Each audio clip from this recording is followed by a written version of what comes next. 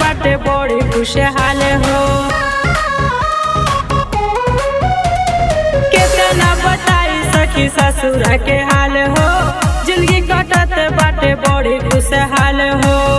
फूल जैसे खिले वैसे किस्मत खिलल बा, फूल जैसे खिले वैसे किस्मत खिलल बा।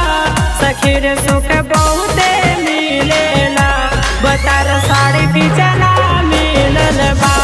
सखी रे सुख बहुते मिलेला, बतार साड़ी बिचना मिलल बा।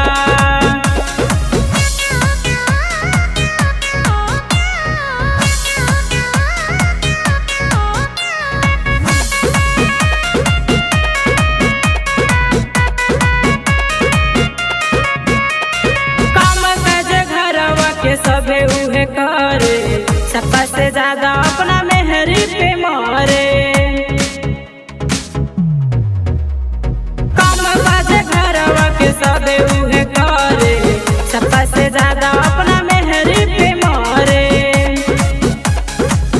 पेन्हले बानी झुमका जेवन उनई के दिहल बा। सखी रे सुख बहुते मिलेला, बतार साड़ी बिचना मिलल बा।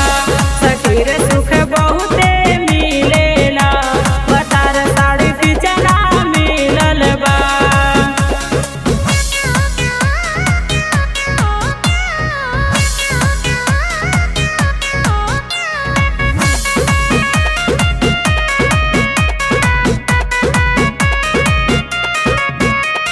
रखेला बना के हमके घरवा के रानी, रहेला ऐसे जैसे चीनी संगे पानी।